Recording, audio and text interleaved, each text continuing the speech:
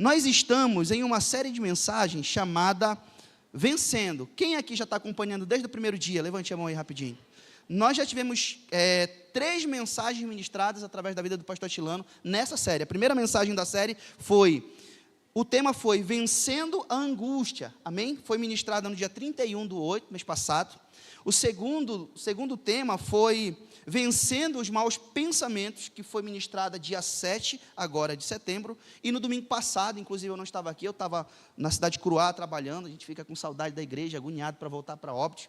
Mas o pastor Atilano, ele ministrou uma mensagem chamada Vencendo a Humilhação, amém? E hoje nós vamos dar sequência aqui, o pastor Atilano me passou a missão, e a gente vai executar, amém? Abra sua Bíblia no livro de Jeremias, capítulo 20, eu quero ler 3 pequenos versículos com você, versículo 7, versículo 8 e versículo 9, livro de Jeremias, capítulo de número 20, versículo de número 7, 8 e 9, a palavra do Senhor diz assim: Senhor, Tu me persuadiste e eu fui persuadido, mais forte do que eu e prevaleceste, sou ridicularizado o dia inteiro, todos zombam de mim, sempre que falo é para gritar que há violência e destruição, por isso a palavra do Senhor trouxe-me insulto e censura o tempo todo, mas se eu digo, não o mencionarei, nem mais falarei em seu nome, é como se um fogo ardesse no meu coração, retido nos meus ossos, estou exausto tentando contê-lo, mas não posso. Feche seus olhos, baixe sua cabeça, vamos orar. Pai, eu quero te louvar e te agradecer, Senhor. Muito obrigado pela oportunidade, pelo privilégio de mais uma vez, Senhor, estar compartilhando com a tua igreja uma mensagem. Senhor, em nome de Jesus eu te peço que essa mensagem, ela encontre terra boa em nosso coração, e ela venha, Pai, frutificar, ela venha causar o efeito para o qual ela está sendo lançada, em nome de Jesus, que o Senhor venha ministrar edificação, fortalecimento, renovar a nossa fé nessa noite, através da Tua palavra ministrada, a Tua palavra rema, a Tua palavra revelada, Pai, no nome de Jesus, amém, amém, aplauda Jesus, queridos. O título dessa mensagem é Vencendo, repita comigo, Vencendo. Ah não, está muito fraco, fale, Vencendo a vontade de desistir. Título da mensagem é Vencendo a vontade, meu Deus do céu. Nada combinado, tá? Vencendo a vontade de desistir. Queridos, desistir. Se não todos aqui, pelo menos a maioria já pensou em desistir de tudo, pelo menos uma vez na vida. Geralmente, dá vontade de desistir quando as coisas estão difíceis, quando se perde o controle da situação, quando se é enganado, ferido, traído, e quando os planos não estão dando certo. Geralmente a gente é acometido pela vontade de desistir, quando as coisas começam a desandar, quando a gente perde o controle da situação, quando um plano que a gente estava elaborando, que a gente estava investindo, começa a dar errado. E muitas vezes a gente começa a ser consumido pela vontade de deixar tudo para trás, de parar com o projeto, de parar com o propósito e desistir. O fato, queridos, é que muitas vezes, diante da dificuldade da vida, a conclusão mais sensata e fácil de se chegar parece ser desistir. O problema, queridos, é que se nós desistirmos, jamais saberemos se conseguiríamos alcançar aquilo que tanto almejamos, não é verdade? Queridos, existe um lugar onde as pessoas jamais saberão se conseguiriam alcançar aquilo que queriam se não tivessem desistido. Esse lugar se chama cemitério. Se você for ali no bairro São João Batista, aqui perto do bairro Santa Terezinha, já lá para o final do bairro Santa Terezinha, tem um bairro chamado São João Batista. E lá existem muitas e muitas pessoas morando lá que não souberam se tornariam médicos, se tornariam advogados, se tornariam empresários, se tornariam bons pais, boas mães? Se tornariam pessoas influentes dentro da sociedade? Se tornariam líderes, pastores, políticos, artistas? Não sabem. Por quê? Porque desistiram, porque pararam no meio da caminhada. O problema veio, a dificuldade apareceu, e a pessoa simplesmente foi vencida e parou no meio do trajeto. Você mesmo que está aqui nessa noite, quantas e quantas vezes apareceram situações que você, homem, teve que dar uma de cabra macho, que você, mulher, teve que dar uma de mulher mesmo, honrar a saia que veste, para continuar lutando, quando tudo parecia perdido. Quantas vezes você já não sofreu, chorou, sozinho, sem ninguém ver, sem ninguém perceber, sem o marido, sem os filhos, sem os pais, sem os irmãos verem? Por quê? Porque estava sufocado, nada parecia ter jeito, e a única solução parecia parar com tudo. Amém? Hoje, queridos, através desta mensagem, nós vamos meditar em algo tão importante e tão profundo, que é algo que é capaz de definir o presente e o futuro de alguém. Nós precisamos meditar nessa noite no quão importante e quão precioso é continuar a caminhada, porque se eu parar hoje, eu posso prejudicar a minha vida, a minha família, agora, no presente e também no futuro. Se você parar hoje, quantos param com você? Se você desistir hoje e cair hoje, quantos caem junto com você? O interessante é que, em contrapartida, se a gente decidir continuar, quantos também não vão continuar conosco? Se você se levantar, quantos não se levantarão junto com você?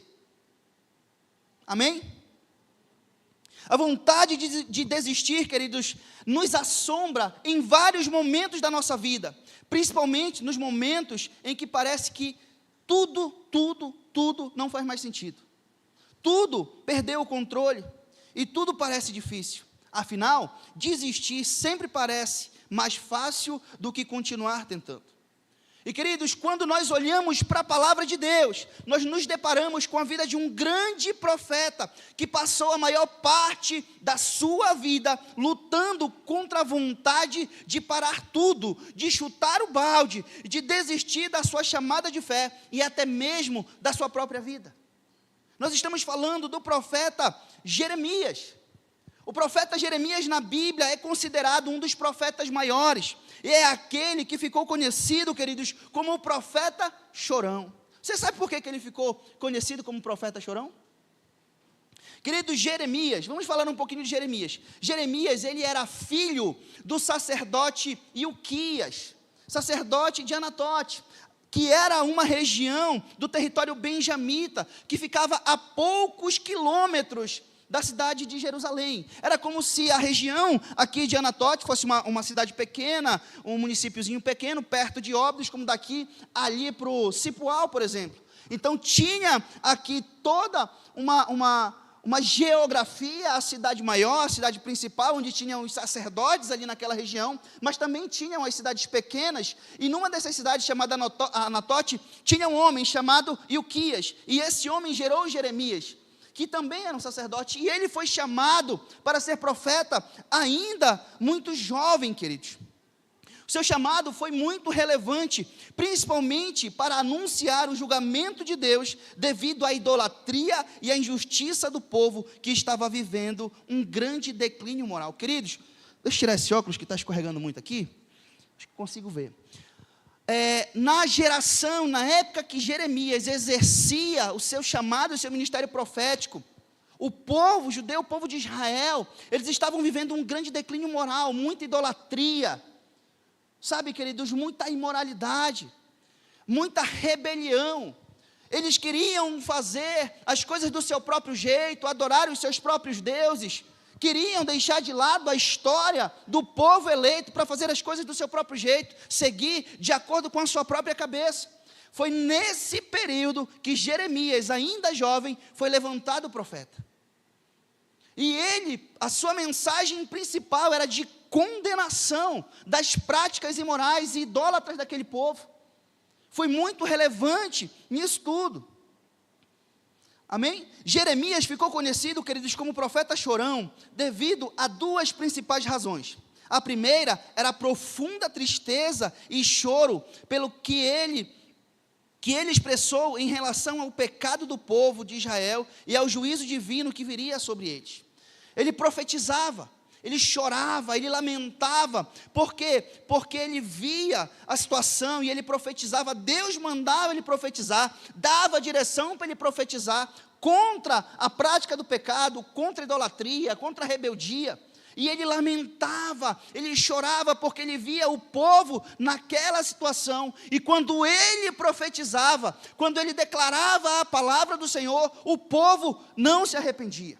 E o segundo motivo pelo qual ele é conhecido como profeta chorão é pela sua suposta associação ao livro de Lamentações, que é repleto de lamentos sobre a destruição de Jerusalém. Jeremias também profetizou que aquele povo seria levado cativo para a Babilônia e ficaria ali, em cativeiro, sendo humilhado por um povo estranho durante 70 anos, mas no final desses 70 anos, o Senhor traria o povo de volta para a sua terra. Tudo isso foi profetizado através da vida de Jeremias. Muitas vezes, Jeremias pensou em desistir da sua chamada devido à falta de arrependimento do povo e à perseguição que sofria por levar uma mensagem de julgamento devido aos pecados dos seus compatriotas. Jeremias transmitia uma mensagem severa da parte de Deus, o que o levou a ser preso, surrado, amarrado repetidas vezes pelos líderes religiosos e pelos políticos da sua época. Tudo isso, esse homem sofreu pelo simples fato de se posicionar para ministrar, para levar uma mensagem de Deus para aquela nação.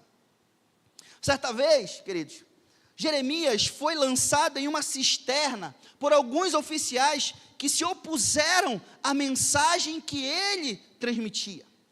Jeremias capítulo 38, verso 1 em diante diz: Então, Cefatias, filho de Matã, Gedalias, filho de Passur, Jucal, filho de Selemias, e Passur, filho de Malquias, ouviram o que Jeremias estava dizendo a todo o povo.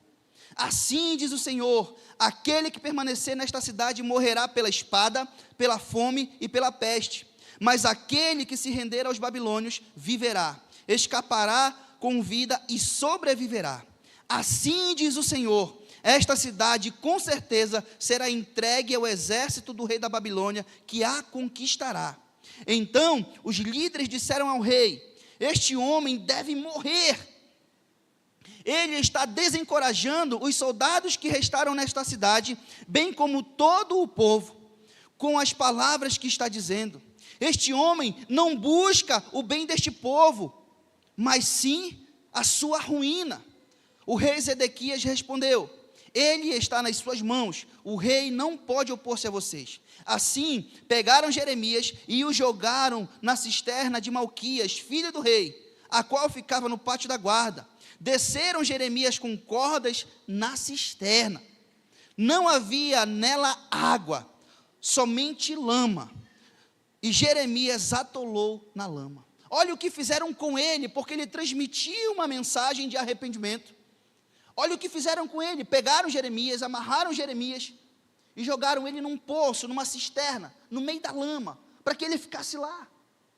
Olha tudo isso que esse homem sofreu. E eu acho muito interessante, queridos, que o sofrimento de Jeremias e sua vontade de desistir eram tão grande, que ele mesmo declara isso no capítulo 20. No versículo 7 e 8, do capítulo 20 diz: Senhor, tu me persuadiste, e eu fui persuadido. Foste mais forte do que eu, e prevaleceste. Sou ridicularizado. O dia inteiro, todos zombam de mim. Sempre que falo, sempre que abro a boca para falar, para profetizar, a única coisa que sai era o que ele estava dizendo: a destruição, a violência. Por isso, a palavra do Senhor trouxe-me insulto e censura o tempo todo. Toda vez que ele abria a boca para profetizar, ele começava a trazer à tona, a declarar os pecados do povo. E o povo não gostava disso. O povo começou a ter raiva, a perseguir Jeremias, a maltratar ele, a surrar ele, a prender ele. Então, toda vez que Aloysio, imagina Jeremias andando na rua da sua cidade com os seus compatriotas e as pessoas dizendo: lá vem um bonzão, lá vem um perfeitão, que vive falando que a gente está errado, que vive falando que a gente não presta, que vive falando que só ele está certo, que vive falando que a mensagem que sai da boca dele é a mensagem de Deus. E os outros profetas, e os outros líderes, será que também não são homens de Deus? Lá vem, ó. E muitos falavam, imagino comigo que muitos diziam, tramavam contra a vida dele: olha, vamos pegar esse cabra, vamos dar uma pisa nele, vamos pegar esse cabra, amarrar ele, e dar uma pisa nele e soltar ele lá, para ver se pelo menos ele morre logo. Era essa a situação do povo contra Jeremias. Era nesse cenário que aquele profeta se encontrava. E ele chega ao ponto digamos assim, de reclamar. Ele chega ao ponto de dizer: Senhor, eu não estou aguentando mais. Eu sou ridicularizado, eu sou censurado, querem me calar, eu sou maltratado. Toda vez que eu abro a boca para falar alguma coisa, é contra eles. Muitas vezes, quando a gente conhece um profeta, sabe que um profeta vai estar em algum lugar, muitas vezes a gente vai para lá, para onde o profeta vai estar ministrando, e a gente diz: Senhor, que o profeta venha falar comigo. Porque subentende-se que toda vez que o profeta vem falar com alguém, ele só vai trazer palavras de bênção. Eis que te digo, o Senhor vai te abençoar, vai te dar uma casa, vai te dar um varão aí, quem recebe. Vai te dar uma esposa abençoada, que o Senhor vai fazer tu um grande homem, um empresário forte. Eis que te digo que o Senhor te levará aos 4 cantos da terra para anunciar a palavra. A gente só espera isso. Só que o que Jeremias fazia era o oposto disso. Ele profetizava que o Senhor viria e traria castigo a um povo desobediente. Por isso, as pessoas tinham raiva dele. E queridos, do ponto de vista terreno, Jeremias tinha todos os motivos para fazer essas declarações. Tudo o que ele profetizava levantava a ira do povo contra ele. Mas quando ele pensava em parar, queridos, olha o que acontecia. No versículo 9 do capítulo 20 diz: mas se eu digo, Senhor, eu vou parar. Coloca aí o versículo aí, ó. Mas se eu digo, Senhor, eu vou parar, eu não o mencionarei mais, nem mais falarei em seu nome. Senhor, não dá, eu vou parar, porque eu só estou sofrendo, eu vou desistir, porque quando eu falo, as pessoas vêm contra mim. Mas toda vez que ele falava isso, ele também declara: é como se um fogo ardesse no meu coração, retido dos meus ossos. Toda vez que ele pensava em parar, toda vez que ele pensava em desistir, toda vez que ele decidia encerrar a sua carreira profética, a sua chamada profética, um fogo queimava no coração daquele homem, que o impulsionava, que não deixava com que ele parasse, que levantava ele, para que ele continuasse a caminhada, para que ele continuasse a chamada, o propósito. Era isso que acontecia com ele. Jeremias tinha vontade de desistir, mas não é capaz. Uma força o move a continuar o seu ministério. Queridos, nenhum sofrimento é maior do que a alegria de estar no centro da vontade de Deus. Nenhum sofrimento neste mundo é maior do que estar no centro da vontade de Deus.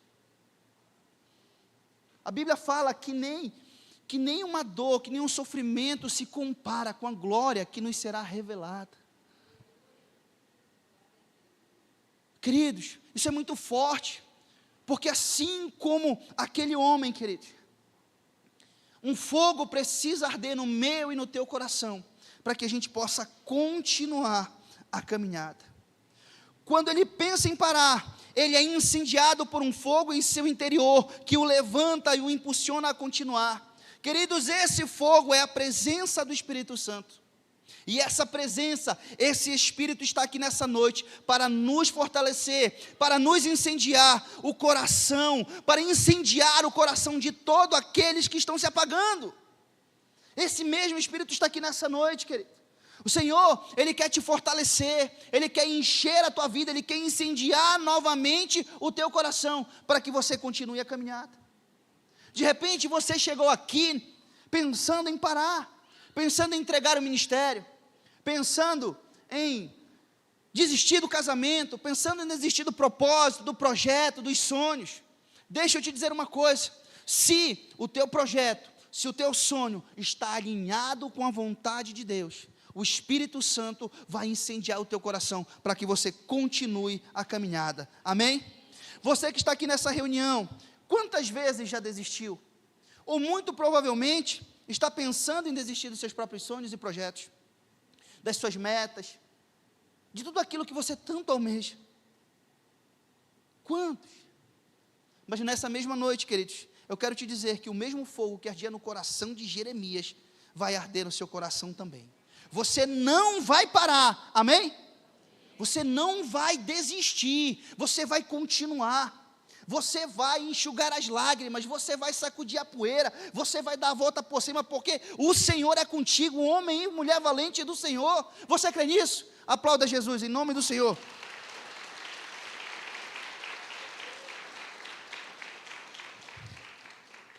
Queridos, aí a gente vem, pergunta, para combater a vontade de desistir, o que a gente faz? Primeiro a gente precisa entender o seguinte: para combater a vontade de desistir, é muito importante saber que a principal fonte dessa vontade é o próprio Satanás, que se opõe a tudo o que é da vontade de Deus para a vida das pessoas. Nós sabemos, queridos, que o diabo, ele não quer que as pessoas sejam felizes e completas. Então, ele fará tudo o que puder para destruir o ser humano. Ele destrói os sonhos, destrói a família, ele separa a pessoa e mata tantos quanto puder.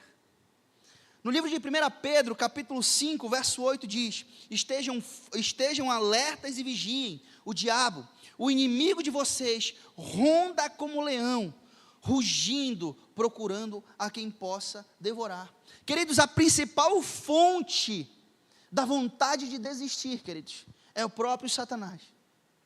Ele vai gerando em nós, no nosso coração, a vontade de desistir. Por quê? Porque ele não quer que eu e ele não quer que você caminhe rumo ao centro da vontade de Deus. Ele não quer que você tenha uma família abençoada. Ele não quer que você seja um homem e uma mulher abençoada. Ele não quer isso. Ele quer te humilhar, ele quer te ridicularizar, ele quer fazer você sofrer e, assim que possível, quer acabar com a tua vida. A principal fonte da vontade de desistir é o diabo. Amém? É por esse motivo, queridos, que vemos muitas pessoas tentando e até mesmo tirando a própria vida. Pessoas que foram alvos de ansiedade, de depressão, síndrome do pânico, de doenças psicossomáticas e por aí vai. Pessoas que não tiveram forças de continuar lutando e hoje não estão mais entre nós. Infelizmente, pessoas que não tiveram forças para se levantar, que não buscaram em Deus força para continuar tentando, e infelizmente partiram e nunca mais voltarão. Pessoas que nós amamos, pessoas que faziam parte e traziam alegria para a nossa vida. Perdi pessoas assim, porque desistiram de viver. Pessoas que desistiram da chamada. Eu já falei essa história aqui, mas talvez tem pessoas que não saibam. Tinha um amigo em Manaus que a gente resgatou ele da droga. nós cuidamos dele, discipulamos, inserimos numa célula. Ele fez parte do corpo da igreja. O Senhor ministrou muito forte sobre propósito, sobre destino e chamada para esse rapaz. Só que ele tinha uma luta muito grande, porque ele era dependente químico, ele fumava droga de dia e de noite. De dia ele passava o dia fumando maconha, e à noite, era a noite inteira, fumando pasta base, oxi, cheirando cocaína. E aí, chegou a abstinência, e ele ficava maluco, ficava doido, querendo usar droga, mas sabia que não podia, porque estava passando por um processo de libertação, até que chegou o ponto de ele desistir e se entregar ao desejo, se entregar à vontade. Nós fomos atrás dele várias e várias vezes, falamos para ele, cara, para com isso, volta para Jesus, o Senhor vai te libertar, só aguenta mais um pouco, nós estamos aqui para te ajudar. E ele dizia, não, eu estou aqui, mas não te preocupa, não vai acontecer nada comigo, porque a gente falava, cara, se tu continuar, você vai morrer. E ele dizia, mas que nada, vira essa tua boca para lá, quem tem promessa não morre. Desistiu de lutar pela sua libertação. A consequência, alguns anos atrás me ligaram, ele morreu na rua onde a gente sempre brincava, onde a gente sempre conversava, com 3 tiros no peito, por conta da droga. E era um rapaz que trazia alegria para a gente. A gente conversava, brincava, era um rapaz divertido. E quantos mais não se perdem com drogas, bebidas, prostituição, ansiedade, depressão, todo tipo de doença psicológica que tem afetado muitas e muitas pessoas. Pessoas que desistiram. Amém? Queridos, outra fonte de vontade, da vontade de desistir, queridos, é a falta de fé. Pensar que não é capaz, que não tem o que precisa para ser ou fazer, achar que o projeto é grande demais, que o propósito é para outro, mas não para si. Queridos, isso acontece quando nós achamos que todos podem ser felizes em um casamento, mas nós não. É achar que todos podem ter filhos abençoados, mas nós não. É quando nós achamos que todos podem prosperar, mas nós não. É quando nós achamos que todos podem ter uma bela casa, um bom carro, uma boa moto, mas nós não. É quando nós achamos que outros podem ser grandes homens e mulheres de Deus, mas nós não. É quando nós achamos que muitos podem ser grandes líderes de área, de célula, de setor, podem ser pastores, missionários, mas nós não.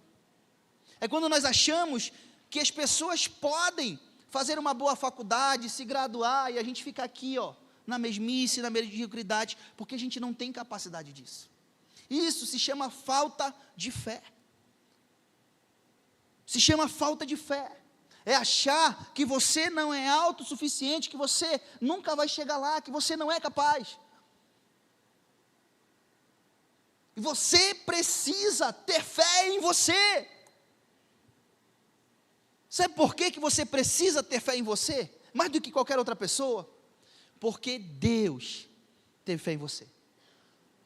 A fé de Deus em ti foi tão grande, Ele acreditou tanto em você, que Ele enviou o seu filho, seu único filho, para que você não perecesse, mas continuasse com vida. João capítulo 3,16 diz, porque Deus amou o mundo, Ele acreditou no mundo, de tal maneira, que enviou o seu filho ao mundo. Entendeu? Deus, ele amou o mundo de tal maneira, para que todo aquele que nele crê não pereça, mas tenha a vida eterna, queridos. Você não pode desistir de você, você não pode deixar de ter fé em você, na sua capacidade, naquilo que você pode fazer. Mas o Inclay, você não está entendendo, eu não tenho nem o ensino médio, eu sou humilde, a minha casinha é tão simples. Beleza, tudo bem. Deixa eu falar uma coisa para você. Deus, Ele capacita aquele que Ele escolhe. Deus, Ele levanta, Ele dá provisão, Ele cuida daquele que Ele escolhe. Se Ele te escolheu, e eu sei que Ele te escolheu, Ele vai te levantar, Ele vai te capacitar, Ele vai fazer você chegar a lugares altos. Ele vai fazer isso. Amém? Todos esses tipos de pensamentos que eu falei anteriormente, eles são produzidos pela falta de fé, que vem com muita força, queridos, quando nós estamos desanimados. Você que está aqui, que congrega, que faz parte do ministério, ou de repente lidera alguma coisa, quando você está animado, quando você está avivado, nada te para, nada te abala. Você vai para cima, você ora, você jejua, você paga preço, está nos cultos, cuida de vidas, vai visitar, entra de cabeça nos projetos da igreja. Mas quando você não está bem, quando você está desanimado, você olha para si e diz: não, eu não sou capaz de liderar, eu estou me enganando, isso não é para mim. Tem pessoas mais capacitadas do que eu. Eu falo isso para você porque muitas e muitas vezes eu tive que lutar contra esses pensamentos. Dizer: Senhor, tem pessoas melhores para liderar o ministério de jovens. Eu sou tão cru. Muitas vezes, cheguei com o meu pastor e disse: meu pastor, eu coloco a minha vida e o ministério nas suas mãos, o Senhor decide o que fazer, mas eu, por mim, eu acho que não consigo continuar. E ele o tempo todo: não, meu filho, vai lá, eu acredito em você, o Senhor te chamou, Ele vai te capacitar, Ele vai te honrar, vamos para cima e continua. Mas quando a gente está desanimado, a gente não acredita que a gente é capaz de realizar algo. Comigo é assim, eu não sei com você. Amém? Queridos, a falta de fé tira de nós a certeza de que nós somos mais do que vencedores em Cristo Jesus, como diz lá em Romanos 8,37. Amém? A outra coisa responsável pela vontade de desistir, queridos, é a reprovação das pessoas. É natural de nós, seres humanos, buscar a aprovação numa terceira pessoa. É natural, é uma coisa nossa. A gente quer fazer porque a gente quer ser reconhecido. E às vezes não é porque a gente quer se vangloriar, porque a gente quer se achar, porque a gente quer ser orgulhoso. É natural, a gente quer fazer e quer ser reconhecido por aquilo que nós fazemos, principalmente quando nós temos alguém na mais autoestima. Ou seja, principalmente por aquelas pessoas que nós admiramos tanto. É natural. Só que quando a aprovação não vem, ou quando de alguma maneira somos criticados, a primeira coisa que muitos pensam é em desistir de tudo. Muitos de nós já enfrentamos muitas palavras de reprovação.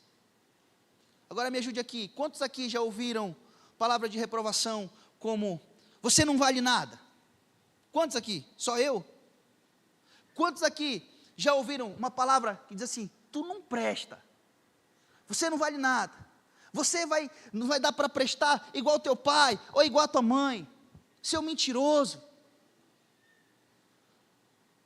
Quantos de nós já não recebemos palavras de reprovação de pessoas que nós amamos?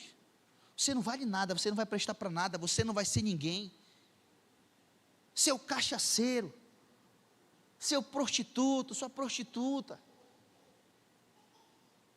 Quantos? Tu, menino, só vai prestar para beber, tu só vai prestar para brigar com os outros, só vai prestar para dar trabalho, para nós e para a polícia. A gente ouve muitos jovens reclamando disso, muitos pais declarando palavras de reprovação na vida dos filhos. E você, pai, e você, mãe, que está aqui nessa noite, deixa eu falar uma coisa para você. A Bíblia diz que a vida e a morte estão no poder da língua. Aquele que a usa comerá do seu fruto. Queridos, as palavras de reprovação são como facas afiadas atravessando o coração daqueles que querem viver uma vida digna de respeito e estão se esforçando para isso. Muitas vezes, uma única palavra é suficiente para fazer alguém desistir de tudo e se entregar a uma vida de derrota. Eu conheço pessoas que estão presas no álcool, não conseguem parar de beber. E a gente vai conversar, vai se aprofundando, vai na raiz. Cara, por que tu começou?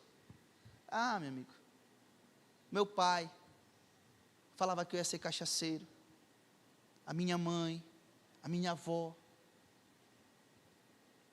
Pessoas que vivem na miséria. E a gente vai a fundo. Alguém declarou: que ele nunca ia ter nada, que ela nunca ia ter nada na vida dele. Muitas vezes, palavras de reprovação, queridos, vem como um veneno, que vão nos matando pouco a pouco, até o ponto de a gente não conseguir mais avançar. Amém? Mas Winkley, e agora? O que fazer para vencer a vontade de desistir? O que eu faço, Winkley, para eu vencer a vontade de parar, desistir de tudo, de entregar tudo? O que eu faço? Primeiro, se aproprie da palavra de Deus e das suas promessas. Você precisa entender que Deus, ele tem promessa de vida, tem promessa de vitória para você, para sua casa, para sua família, para os seus negócios, para os seus filhos, para os seus pais, para os seus irmãos. Você precisa entender isso, precisa descobrir essas promessas aqui e se apropriar delas. Amém? Romanos 8,37 fala: mas em todas essas coisas somos mais do que vencedores por meio daquele que nos amou. Em Cristo Jesus nós somos mais do que vencedores. Palavra de derrota nenhuma é maior do que essa promessa na minha e na sua vida. Amém? 1 Coríntios 15,57 diz: mas graças a Deus que nos dá vitória por meio do nosso Senhor Jesus Cristo. Salmo 112, versículo 6 a 8 diz: certamente o justo jamais será abalado, para sempre se lembrarão dele. Não temerá mais notícias, o seu coração está firme, confiante no Senhor, o seu coração está seguro e nada temerá, e no final verá a derrota dos seus adversários. Querido, deixa eu falar uma coisa para você: não existe um número exato, mas fontes indicam que existem cerca de 8.000 promessas de Deus para a vida dos seus filhos.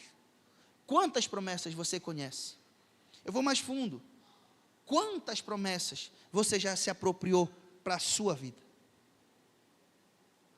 Quantas vezes você leu aqui, você descobriu uma promessa preciosa, grifou essa promessa, marcou essa promessa e disse: eu tomo posse, eu sou mais que vencedor. Eu tomo posse dessa promessa aqui para os meus filhos. A palavra de Deus fala que como flechas na mão do guerreiro são os filhos da mocidade. Bem-aventurado, feliz é o homem que enche a sua aljava delas, não será envergonhado quando enfrentar os seus inimigos. Quantas vezes nós precisamos entender que nós precisamos nos apropriar das promessas de Deus para a nossa vida, querido.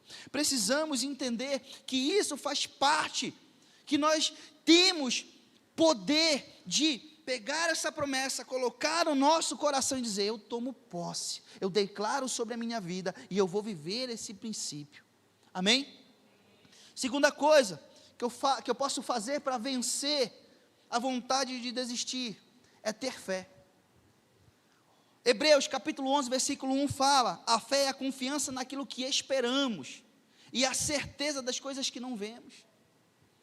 Tiago 2,17 diz: assim também a fé por si só não é acompanhada de obras, está morta. Queridos, eu preciso me apropriar da promessa, crer na promessa, mas eu também preciso ter fé para viver essa promessa na minha vida. Uma vez apropriando-me das promessas de Deus, eu começo a declará-las na minha vida, mas não basta somente declarar, eu preciso agir como de acordo com aquilo que eu estou declarando sobre mim. Queridos, a fé é necessária para que possamos continuar nossa jornada, mesmo em momentos difíceis. Na verdade, queridos, a fé é um combustível poderoso que nos mantém em movimento, sempre acreditando que o melhor de Deus está por vir. Quando estamos cheios de fé, não importa o quanto tentem nos parar, nós sempre vamos continuar firmes e fortes, em nome de Jesus. Amém? Terceira coisa que eu posso fazer para combater, querido, a vontade de desistir, é andar com pessoas certas. Não adianta eu andar com qualquer pessoa, eu preciso andar com as pessoas certas. E pensando nisso, eu meditando, eu entendi que existem 3 tipos de pessoas. Isso aqui eu falo para você o seguinte: eis que digo de mim mesmo. Amém? Primeira, as que querem te ver na lama. Assim como aqueles oficiais só sossegaram quando viram Jeremias no fundo do poço, jogado na lama, assim também existem pessoas que querem ver você na desgraça, fracassado e derrotado. O segundo tipo de pessoa são aqueles que querem te ver bem, mas nunca melhor que eles. É aquele tipo de pessoa que ele te aplaude: poxa, cara, que bom, você está bem, você está legal. Mas quando você começa a ficar melhor do que a pessoa, você já começa a incomodar ele, começa a incomodar ela. Ele quer te ver com uma casa, mas não com uma casa melhor que a dele. Ele quer te ver com um carro, mas não com um carro melhor que o dele. Quer te ver com uma moto, mas não com uma moto melhor que a dele. Ele quer que você tenha um casamento, que você esteja em um casamento? Quer, mas ele não quer que seu casamento seja melhor que o dele. Ele não quer que você seja mais feliz que ele. Ele não quer que você seja mais completo que ele. Ele não quer que você seja mais próspero que ele. Ele está bem, está torcendo por você, enquanto você está subindo, mas quando você começa a ultrapassá-lo, já começa a dar problema. Esse é o segundo tipo de pessoa. E o terceiro tipo de pessoa, e o meu favorito, é um que parece com Jesus. São aqueles que querem te ver voando cada vez mais alto. São pessoas que investem no seu crescimento. São pessoas que acreditam no seu potencial e acreditam que você chegará a lugares altos. Mas esse tipo de pessoa, querido, está cada vez mais difícil. É igual encontrar uma nota de 200. É raro. Eu, desde que lançou, só vi uma. E ainda não era minha. Só peguei para ver. Esse tipo de pessoa está raro. E querido, sabe o que eu acho incrível? Olha o que Jesus falou para os seus discípulos. Jesus, ele olhou para os seus discípulos e disse que eles fariam coisas maiores do que as que Jesus estava fazendo. Jesus falou isso para os seus discípulos. Ele estava dizendo para eles: olha, eu quero que vocês cheguem mais longe do que eu. Eu quero que vocês façam coisas maiores. Eu quero que vocês operem milagres maiores. Eu quero que vocês cheguem a lugares mais altos. Eu quero que vocês vão para cima com tudo, porque vocês farão coisas maiores do que eu. Existem pessoas assim, capazes de nos amar e investir na nossa vida dessa forma. Meu filho, vai lá, pode ir. Eu vou ficar aqui, eu vou ficar te dando suporte, eu vou ficar orando por ti, eu vou ficar intercedendo pela tua vida. Vai lá, vai crescendo, vai prosperando, vai multiplicando, vai para cima. Você pode, você é vencedor, você é capaz. Existem pessoas assim. Feliz o homem e feliz a mulher que encontra um desse. Amém?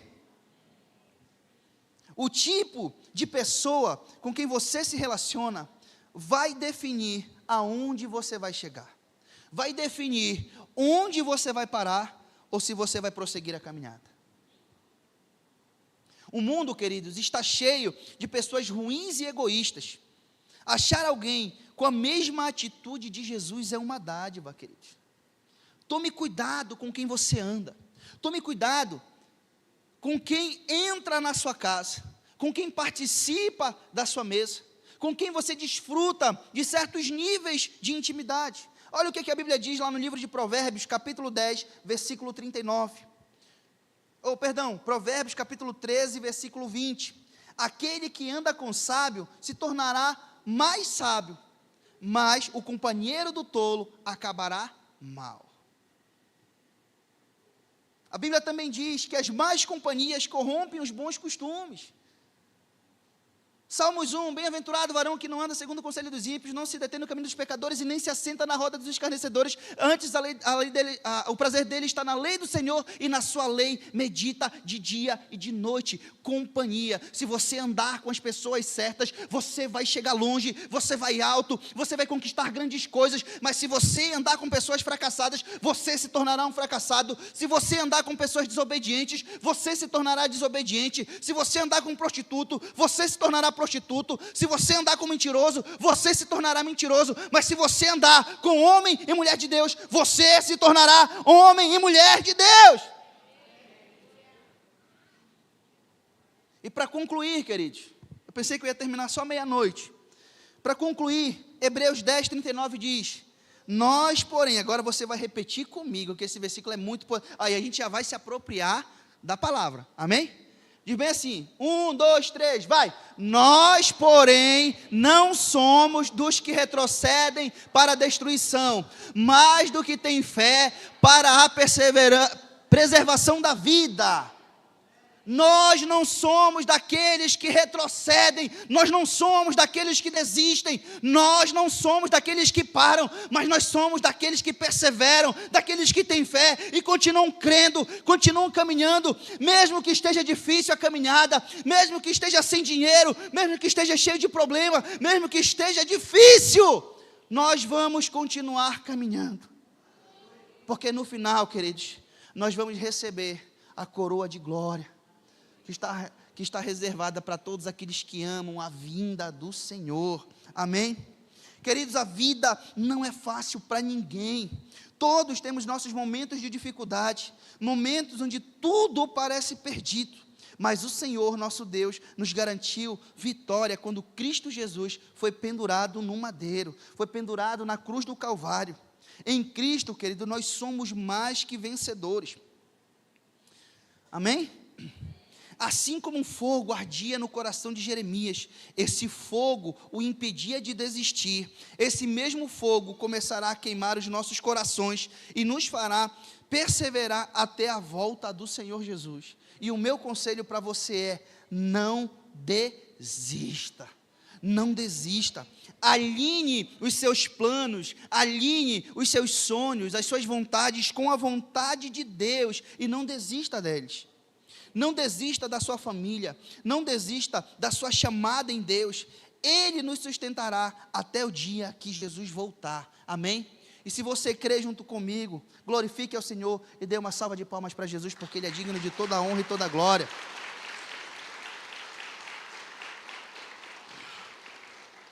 Você pode ficar de pé, no nome de Jesus?